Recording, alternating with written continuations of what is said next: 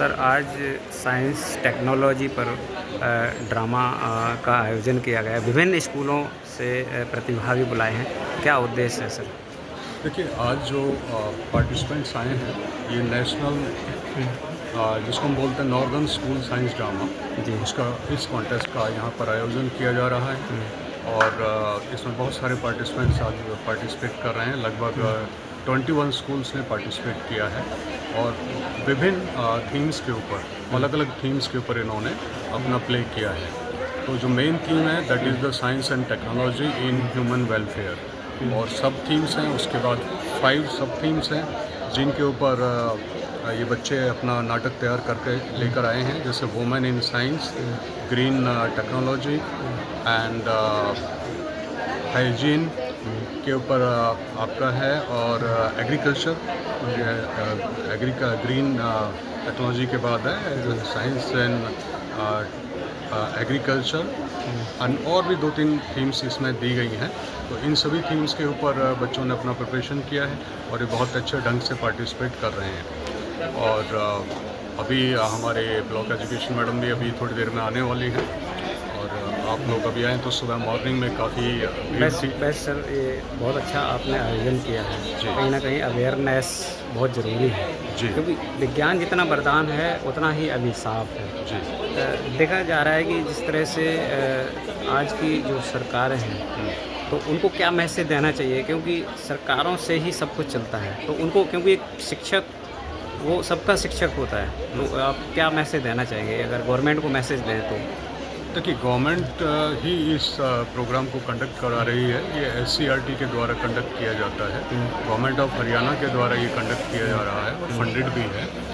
तो इसमें हम सरकार को मैसेज यही देना चाहेंगे कि इस प्रकार के कार्यक्रम और होने चाहिए, ताकि ज़्यादा से ज़्यादा समाज के अंदर अवेयरनेस हो, बच्चों के अंदर ज़्यादा से ज़्यादा टेक्नोलॉजी की अवेयरनेस हो। और ये जो प्ले किया जा रहा है, जो ड्रामा किया जा रहा है, ये एक अवेयरनेस के लिए। आप लोग जैसे मीडिया के लोग भी आए हैं और भी काफ़ी लोग आए हैं मीडिया से, तो उन्होंने आज कवरेज किया है ताकि ज़्यादा से ज़्यादा बच्चों तक हम कवरेज को पहुँचाएँ कि बच्चे कितने टैलेंटेड हैं, वो किस प्रकार से एक संदेश दे रहे हैं समाज को, लोगों को, कि हम साइंस को कितने अच्छे ढंग से अपने इस्तेमाल में ला सकते हैं। जैसे टेक्नोलॉजी का आजकल ज़माना है, जब हम बात करते हैं AI की, आर्टिफिशियल इंटेलिजेंस की, या ह्यूमन वेलफेयर में जितनी भी टेक्नोलॉजीज़ हैं, जैसे वुमेन इन साइंस है, ग्रीन टेक्नोलॉजी है, एंड टेक्नोलॉजी फॉर हाइजीन है। तो ये सारी जो टेक्नोलॉजीज़ हैं किस प्रकार से समाज को बदल रही हैं, इस ड्रामा का मुख्य उद्देश्य यही है कि समाज में किस प्रकार से परिवर्तन हो रहा है। धन्यवाद। आज आप जजेस के रूप में आए हैं और कहीं ना कहीं एक जज बहुत बड़ा किसी भी निर्माण का हिस्सा होता है। तो आज क्या मैसेज देना चाहेंगे? आज आपने जो देखा, जो ड्रामा किया है बच्चों ने। जी। जजमेंट मेरे ख्याल से वाकई बड़ा डिफ़िकल्ट काम है, और आज की जो प्रेजेंटेशन है बच्चों ने बहुत ही अच्छा प्रेजेंट किया है। स्पेशली हर थीम को अगर देखें, कैटेगरी वाइज भी, थीम वाइज भी देखें, तो हर बच्चा अपनी प्रेजेंटेशन का बेस्ट दे रहा है। जो ड्रामा कॉम्पिटिशन हैं, मुझे लगता है कहीं ना कहीं ये हम लोगों को भी सिखाते हैं कि साइंस को और इनोवेटिव और इंटरेस्टिंग कैसे बना सकते हैं। साइंस के बहुत सारे टॉपिक्स ऐसे हो जाते हैं जो बोरिंग होते हैं, तो इस तरह की एक्टिविटीज़ साइंस के प्रति लोगों के मन में जिज्ञासा पैदा करती है, और हमारे जैसे जो जजेस बैठे हैं, हमारे मन में भी और बेटर करने की अभिलाषा पैदा होती है। तो थोड़ा अपने बारे में बताइए। मेरा नाम डॉक्टर रोजी गैलान है। मैं PGT फिजिक्स हूँ, government senior secondary school Barauli में। Ma'am, physics it is very difficult subject, तो क्या मैसेज देना चाहेंगे बच्चों को, फिजिक्स के बच्चों को खासकर? फिज़िक्स एक्चुअली डिफ़िकल्ट है, बट हम उस वे से उसको लेते नहीं हैं। अगर फिज़िक्स को हम अपने डेली लाइफ से जोड़ के देखें, तो जितने भी हमारे कंसेप्ट्स हैं, जो भी हम डेली देखते हैं, वो सारे के सारे हमारे लॉज में होते हैं। तो अगर हम बेसिकली पहले क्या करते हैं कि लॉ को पढ़ते हैं, और अगर हम अपने आसपास की एक्टिविटी को ही लॉ से कोरिलेट कर लें, तो फिज़िक्स इंटरेस्ट क्रिएट करता है। फिज़िक्स में कुछ भी, इवन 9 to 12 की फ़िज़िक्स में कुछ भी ऐसा नहीं है जो आउटसाइड हमारी बाउंड्रीज हो। उसमें हर चीज़ हम फिज़िकली विजुअलाइज करते हैं, हर चीज़ का एग्जाम्पल हम अपनी लाइफ में देखते हैं। तो एक्चुअली हमें पढ़ने का तरीका और पढ़ाने का तरीका दोनों को थोड़ा मॉडिफाई करने की ज़रूरत है। अगर वो हम कर लेते हैं तो मुझे लगता है कि ये सब्जेक्ट सबसे इंटरेस्टिंग है, इसका बोझ कम हो सकता है कहीं ना कहीं। मेरे ख्याल से तो यही है, और मुझे लगता है कि बच्चे भी ऐसे रास्ता भी यही लेते है, हैं, रास्ता भी यही है। और इस तरह की एक्टिविटीज़ से बच्चे जो है ना ज़्यादा सीखते भी हैं, उनको लॉन्ग टर्म याद भी रहता है। जजेस के रूप में आए हैं यहाँ पे, तो क्या मैसेज देना चाहेंगे जी? सर पहले अपने बारे में थोड़ा सा। Sir, I am Manisha Kumari, PGT biology जी। From the GSSS Bhuwani. जी जी Sir, science drama is a good initiative by the education department, and it will create the scientific approach among the peoples and the society. Government should be organized time to time this type of the dramas and acts. ऐसे में देखा जाए कि biology भी कम Biology, कठिन sir, is a living subject नहीं। subject and very easy and relate with our own body, day to life, morning to evening. Every act is related with the biology. आजकल Even we are breathing. आजकल जिस तरह देखा जाए कि pesticide और जिस तरह से मिलावटखोरी बढ़ती जा रही है, वो कहीं ना कहीं बायोलॉजी का ही एक बहुत बड़ा हिस्सा है। तो वो उसको उस पे क्या बोलना चाहेंगे आप जी? We should focus on the biofuel, biofertilizer ji instead of the chemical fertilizer. जी। जो ये केमिकल पेस्टिसाइड्स जो खेतों में यूज किए जाते हैं, इनकी जगह बायो फर्टिलाइजर्स का यूज करना चाहिए। बायो फर्टिलाइजर्स मीन्स अगर माइक्रोब्स को ही, अगर बायो के ही किसी प्रोडक्ट को, ऑर्गेनिजम्स, माइक्रोब्स, इनको अगर हम एज ए फ्यूल यूज करेंगे, फर्टिलाइजर यूज करेंगे, तो हम केमिकल्स पे हमारी डिपेंडेंसी कम हो सकती है। और जो मिलावटखोरी बढ़ती जा रही है कहीं ना कहीं, जैसे आप देख रहे हैं कि दूध सभी पीते हैं, लेकिन दूध बायो से भी रिलेटेड है, लेकिन ये केमिस्ट्री से ज़्यादा रिलेटेड है, क्योंकि उसमें केमिकल्स का ज़्यादा यूज किया जाता है। तो मैं केमिस्ट्री वाली मैम है। मैं शालू फ्रॉम GSSS ओल्ड फरीदाबाद। जी।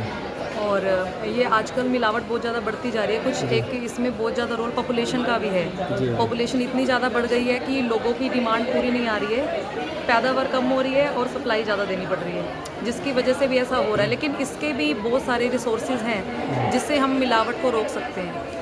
तो हमें बहुत सारे ऐसे आजकल नई नई टेक्निक्स आ गई हैं, उसकी हेल्प से हम मिलावट को रोक सकते हैं। तो उन टेक्नोलॉजी आज जो बच्चों में देखा आपने, क्या खास लगा बच्चों में? बच्चों में आजकल क्या होता था, पहले जो बच्चे होते थे, जैसे हमारे पास क्या था, साइंटिफिक पर्पस नहीं होता था, मतलब हमारे पास इतनी केमिस्ट्री की लैब्स वगैरह अवेलेबल नहीं होती थी, जिसकी वजह से बच्चे को प्रैक्टिकल नॉलेज नहीं होती थी। लेकिन आजकल के बच्चे इतने एडवांस हो गए हैं, उनको स्कूलों में लैब्स अवेलेबल हैं, और इसमें डिजिटल इंडिया का भी रोल है। बहुत सारा मतलब डिजिटल मटेरियल वो यहाँ से ले सकते हैं और उस तरीके से अपनी स्टडी को अच्छे से कर सकते हैं, और आने वाले टाइम में बहुत सारे साइंटिस्ट इन्हीं में से निकलेंगे। इसमें एक सबसे बड़ा देखा जा रहा है कि जो सबसे बड़ा आर्थिक स्थिति जो लोग सक्षम है, वो तो डिजिटल हायर कर लेते हैं। जो डिजिटल हायर नहीं कर सकते, उनके लिए क्या मैसेज देना चाहिए? डिजिटल हायर नहीं कर सकते, बट सर बहुत सारे ऐसे इंस्टीट्यूट्स भी हैं जो कम मतलब फीसेस के अंदर अपना मतलब बच्चों को अच्छा बैकअप दे रहे हैं, जैसे फिज़िक्स वाला है या इस तरह से है।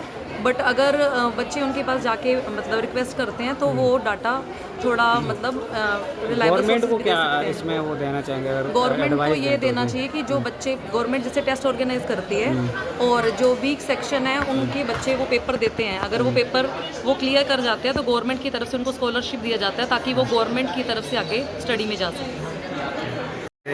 जो बच्चों की देखिए, आज का जो प्रतिभा का आज का जो ये साइंस ड्रामा कॉन्टेस्ट है जी ये इसका मुख्य उद्देश्य है लोगों में अवेयरनेस पैदा करना, जी हमारे समाज में अवेयरनेस पैदा करना और बच्चों में अवेयरनेस पैदा करना।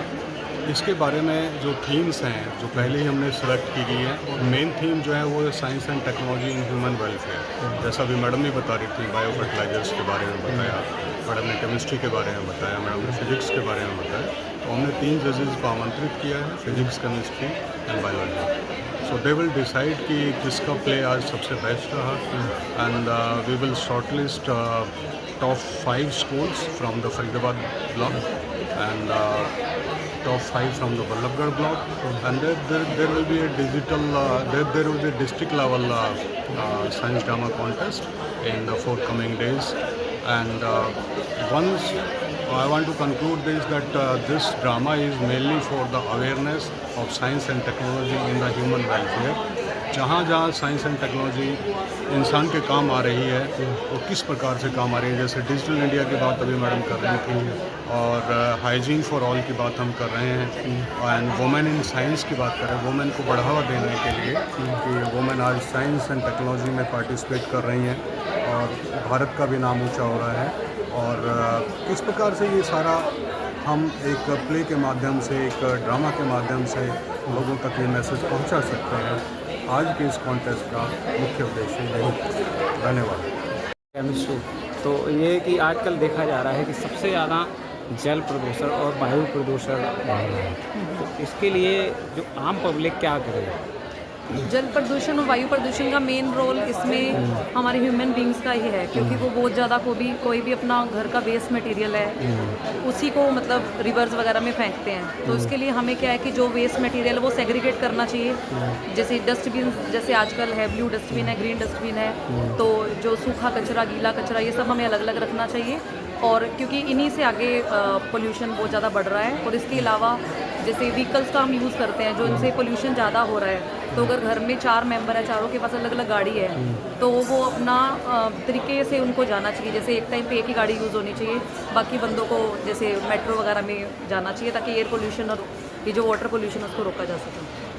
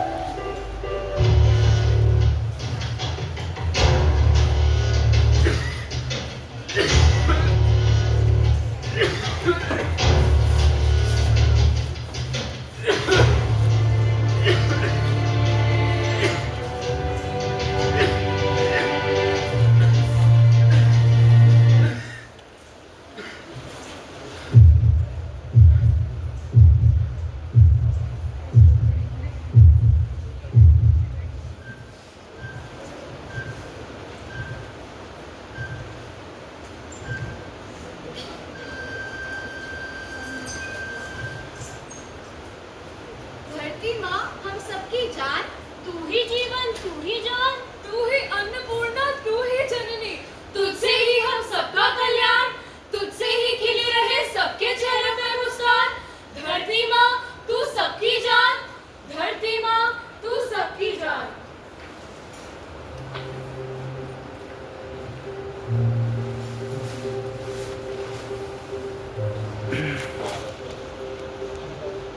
मैं धरती हूँ, तुम्हारी माँ, तुम्हारी जननी। मैंने तुम्हें जन्म दिया,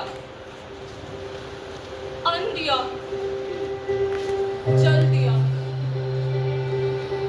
सुगंधित महकती हवा दी, खुला विशाल नीला अंबर दिया। पर मैं निराश हूँ, विकल हूँ, नाराज हूँ तुम्हारे लालच को देखकर, तुम्हारी तृष्णा देखकर। अरे तुम्हें तो कभी संतोष हुआ ही नहीं, तुम्हें तो चाहिए एसी के ठंडे झोंके, गाड़ियों से निकलते धुओं की लंबी लंबी कतारें और विशाल फैक्ट्रियों का जहरीला धुआं। और गगनचुंबी इमारतें। वाह बेमानव वाह। सूरज की मुफ्त रोशनी छोड़कर कोयला और डीजल जलाना ज्यादा पसंद आ रहा है। गाय का पवित्र गोबर छोड़कर रासायनिक खादों का इस्तेमाल करना ज्यादा पसंद आ रहा है। और बारिश का पानी तो तुम यूं ही बहा देते हो, फिर कहते हो पानी की कमी है। वाह बेमानव वाह। हुई इंसानी लालच की पराकाष्ठा। जंगल कट रहे हैं, नदियां सूख रही हैं, आसमान में जहर घुल रहा है। मगर अब बस, सावधान, मैं तुम्हारी इस लापरवाही का बोझ अब और नहीं उठा सकती, नहीं उठा सकती, नहीं उठा सकती, नहीं उठा सकती। धरती माँ हम सबकी जान, तू ही जीवन तू ही जान, तू ही अन्नपूर्णा तू ही जननी, तुझसे ही हम सबका कल्याण। ओ जननी, ओ धरती, मैं तेरा पुत्र हूँ। तेरी मिट्टी से उपजा, तेरी गोद में खेला, तेरी गोद में हल चलाकर, फसलें उगाकर मैंने अन्न उपजाया, अपना और समस्त जनता का घर संवारा और चलाया। और आज वो सभी खेत बंजर हो गए हैं, नदियां सूखी और खेत खलिहान सब सूख गए, और बीज खेत की गोद में प्यास से तड़प तड़प कर मर गए। अब और नहीं, जो रसायन मैंने बोए, जो प्लास्टिक और कीटनाशक मैंने तेरी कोख में डाले, उनसे अब तुझे मुक्त करूंगा, क्योंकि अब मुझे मेरी गलती का एहसास है। गाय भैंस का पवित्र गोबर ही असली सोना है। कीटनाशक से तुझे मुक्त कर तेरी गोद एक बार फिर हरी भरी करूंगा। इस बंजर धरती पर मैं एक बार फिर सोना उगाऊंगा माँ। गोबर से ऊर्जा और खेत दोनों खिलेंगे। धरती हंसेगी और खिलखिलाएगी, धरती हंसेगी और खिलखिलाएगी। तू ही जीवन तू ही जान, धरती माँ हम सबकी जान, तू ही जीवन तू ही जान। इमोशनल धरती माँ, जस्ट रिलैक्स धरती माँ, जस्ट रिलैक्स। अरे सुनो, जो हमने अपने 4th फ्लोर पर एसी इंस्टॉलेशन के लिए मैकेनिक्स बुलाए थे, वो लोग आ गए। अरे आ गए होंगे, जितने भी घर हैं, जितने भी रूम्स हैं, हर एक में एसी लगवा दो, क्या ही फर्क पड़ता है। बिजली का बिल, बिजली का बिल, बिजली के बिल से मुझे भला क्या ही फर्क पड़ेगा। हमें तो बस सोसाइटी में रेप्यूटेशन चाहिए, रेप्यूटेशन। और फिर मुझे इंस्टाग्राम पर फोटो भी तो अपलोड करनी है। देखो देखो 1000 लाइक। और कारपूलिंग भला मैं क्यों करूंगा? मेरे पे अपनी खुद की 5-6 गाड़ियां हैं, मैं कारपूलिंग करूंगा। और ये साइकिल से ऑफिस जाऊंगा मैं। साइकिल से ऑफिस जाने कैसे लगोगे? लोग कहेंगे अरे अरे अथर्व तो पिछड़ गया, समय की रेस से बाहर निकल गया। जरा पानी बॉटल देना। की बॉटल तो मैं रोज पता नहीं कितनी पीकर यूं ही फेंक देता हूँ, क्या ही फर्क पड़ता है। धरती इतनी विशाल है, इतनी विशाल है, थोड़ा मोड़ा कचरा तो झेल ही लेगी। अरे अंकल, अरे आंटी, आप लोगों को इतनी सी भी शर्म नहीं आती? इंस्टाग्राम की पोस्ट और फिल्टर से खुश हो रहे हो, पर ये खुशी बेमानी है। असली हवा में तो आप जहर फैला रहे हो, जहर। आने वाली पीढ़ी क्या ऑक्सीजन सिलेंडर के भरोसे रहेगी? अंकल, अगर मजाक खत्म हो गया हो तो थोड़ी जिम्मेदारी भी उठा लीजिए, वरना ये आने वाली पीढ़ी आपको माफ नहीं करेगी। और हाँ, ये जो प्लास्टिक की बोतल आपने फेंकी है ना, ये इतनी मजबूत है कि आने वाले 4 युग देख सकती है, 4 युग।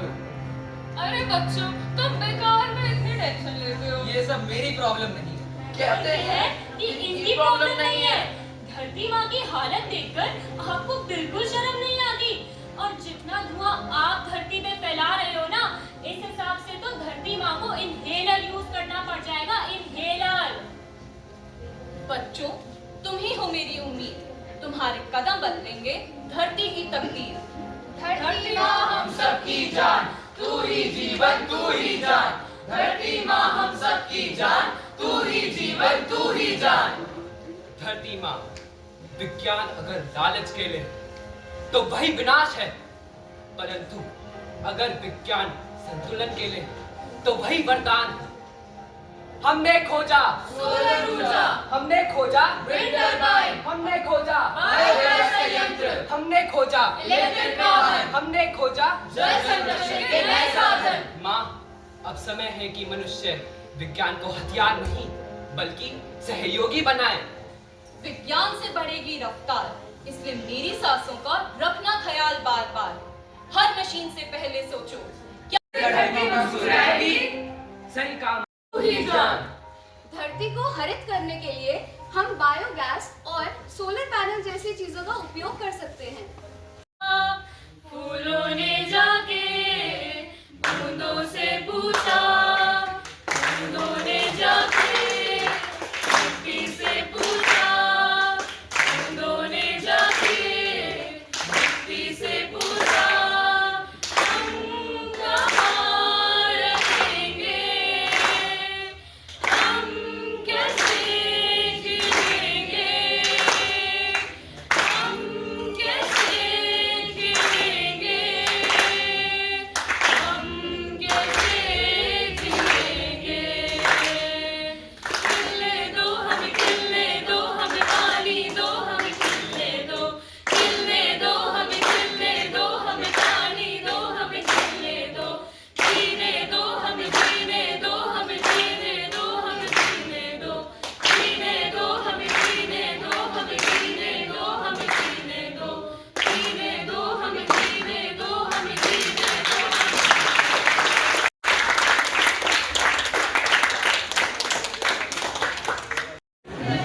और तुझे कोई बुक मंगाने तो तू अमेज़न लिंक यहाँ से मंगा सकता है।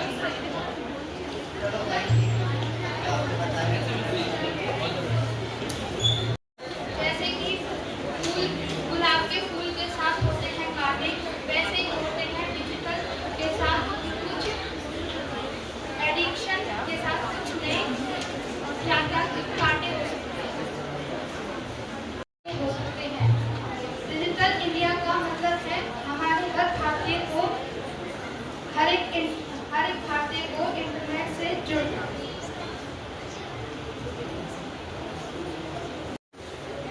Analytical platform can spread false information or fake news rapidly. Be alert. Excessive screen time will affect eyes and health. Constant notification, reel watching reduces our focus, creativity, and productivity. So don't watch the loss of social interaction, loss of communication. Automation and digital tools reduce human workers.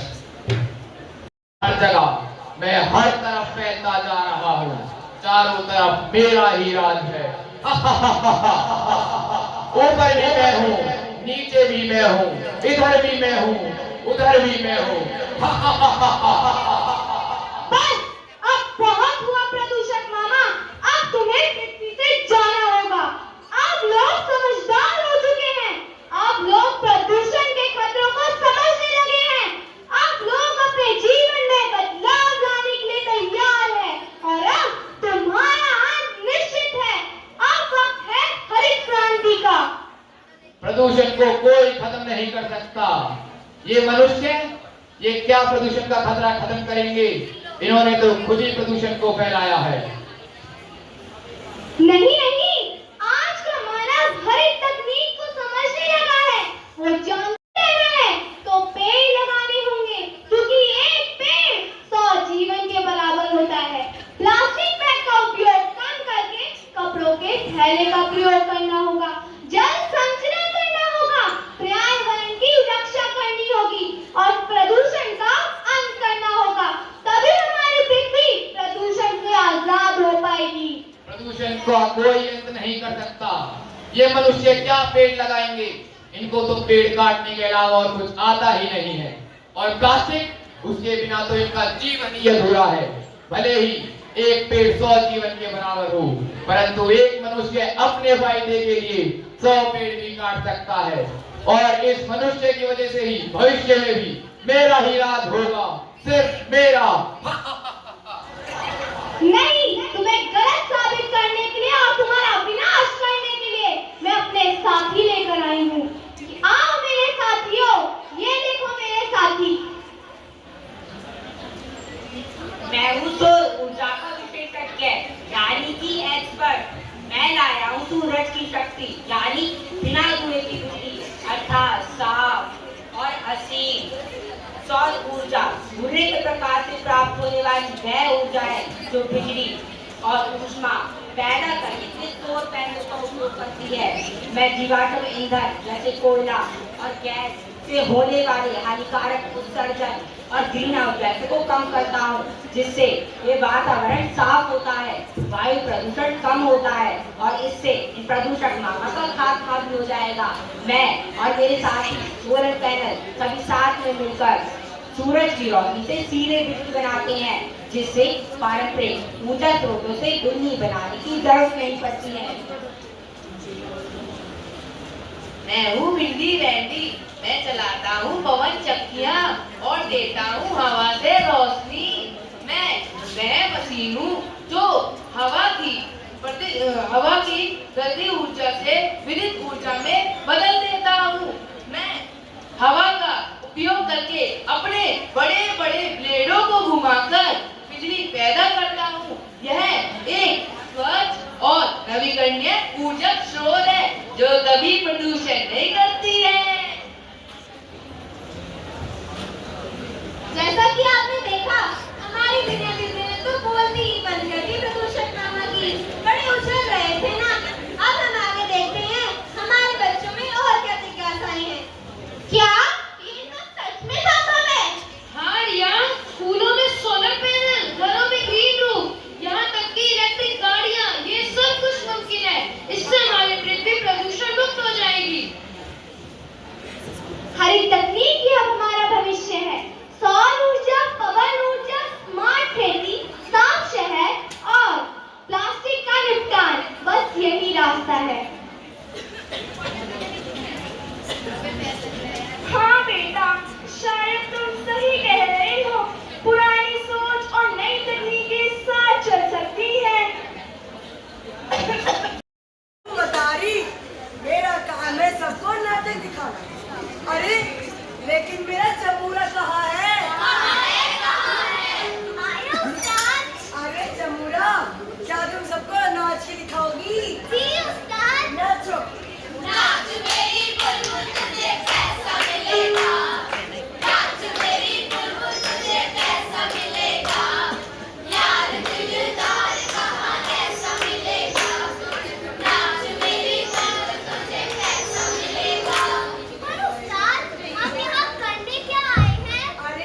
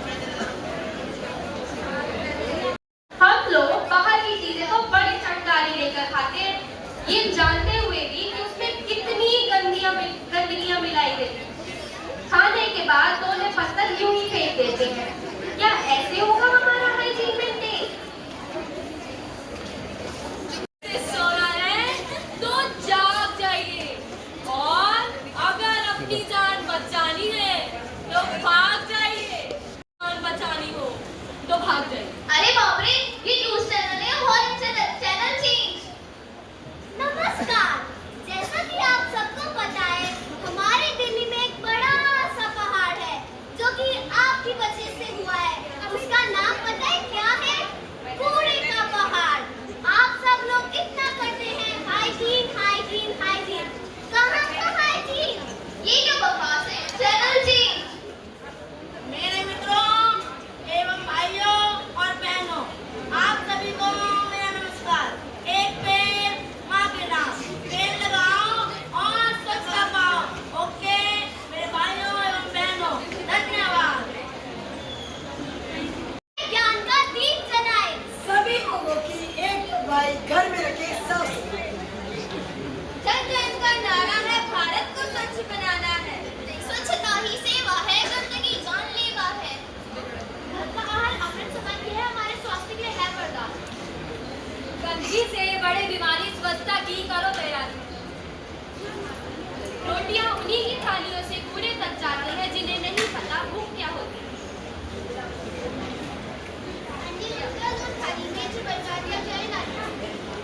अस्वच्छता से बीमारियां फैलती हैं।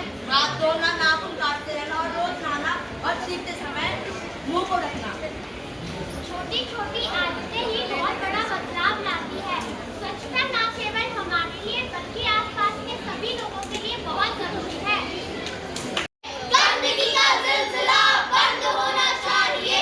हो चुका नाटक बहुत, अब रात का अंतिम पहर। आपसी शिकवा गिला बंद होना चाहिए। आपसी शिकवा गिला बंद होना चाहिए। बंद का ये सिलसिला बंद होना चाहिए। 91 Metro Faridabad. Please welcome all these students. Please come on the stage. क्यों है?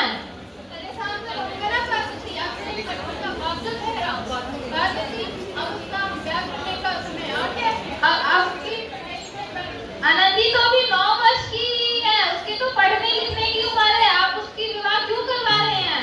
देखो बाबूजी, लड़कियां पराया धन होती हैं और उसकी जितनी जल्दी शादी हो सके उतनी जल्दी कर देनी चाहिए। पर बाबू, आप मेरे साथ मेरे साथ ऐसा क्यों कर रहे हैं? क्योंकि तो एक लड़की है और लड़कियों को पढ़ने की इजाजत नहीं दी जाती है। पर बाबू, मैं लड़की हूँ तो इसमें मेरी क्या गलती है? मेरी ही गलती है, क्योंकि तू एक लड़की है। लड़का होता तो बाबू, तो लड़का होता तो क्या?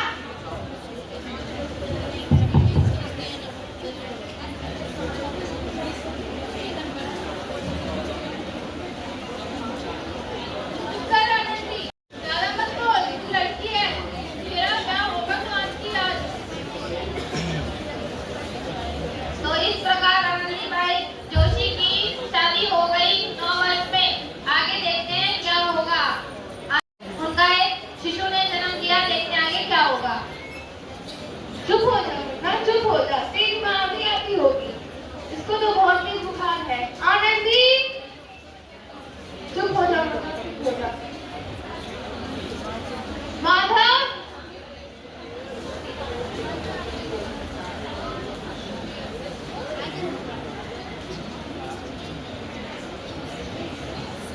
हमारे बच्चा हमने खो दिया है। नहीं, ऐसा नहीं हो सकता। मेरा बच्चा मेरे से दूध नहीं कर सकता। आनंदी, तुम अनपढ़ के अनपढ़ हो। आनंदी, अब मैंने खो लिया। अब मैं अनपढ़ नहीं हूँ, मैं पढ़ूंगी और देश को शिक्षित करूंगी। शाबाश आनंदी, तुम आगे बढ़ो और अपने साथ में भविष्य को आगे बढ़ाओ। जाऊंगी? हाँ आनंदी, अब तुम डॉक्टर बन सकोगी। पर मैं ये सब चीजें कैसे करूंगी? बस करो आनंदी, मैं तुम्हारे साथ हूँ। इतना पढ़ने होने बाद भी तुम घबराओ मत। जाओ आनंदी, इतनी पढ़ाई पूरी करो। प्रिया वापस आ गई हैं और उसके बाबू की तबीयत ज्यादा ही खराब हो रही है।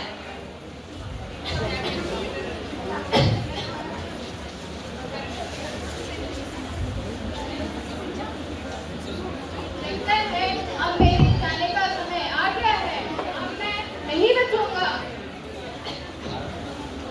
ऐसा मत बोलो भाई, मैं तुम्हारे साथ हूँ। हमने तुम्हें बड़े हॉस्पिटल में एडमिट किया है। मैंने सुना है कि बाहर से एक बड़ा डॉक्टर आया है, वो तुम्हारा इलाज करेगा। ऐसा मत कहो, अभी डॉक्टर मैडम आ रही है। ऐसा लगता है जैसे मैडम आ रही है। मैं जाता हूँ।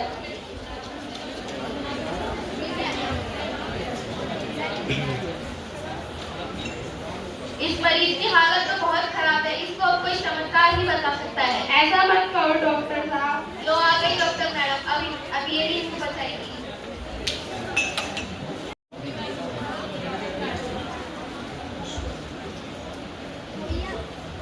अभी ये बेहोश है। इन्हें कुछ देर में होश आ जाएगा।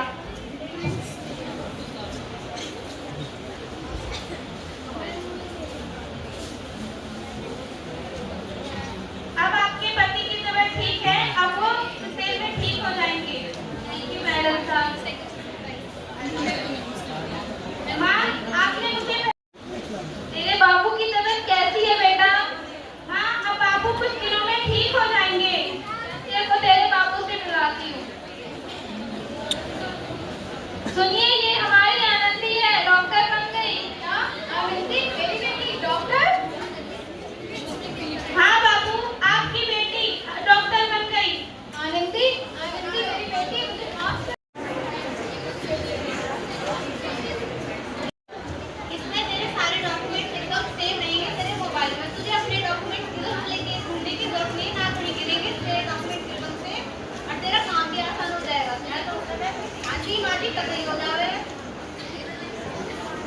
मेरा विश्वास तेरे साथ है। तो दिक्कत नहीं है तो तुम मजा रहा फोटो फोटो करवा दीदी का योगर खोलो। अपने पीछे हो जाओ दीदी। दूसरा पार्ट जिसमें 4 जगह भतीजा करेंगे कि छक्का। आइए हमारे नाटक का तीसरा भाग जिसमें युवा है कुछ परेशान।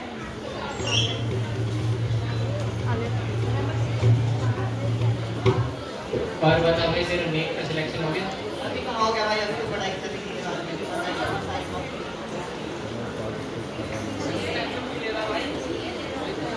ऑनलाइन टेस्ट यूट्यूब पे और गूगल पे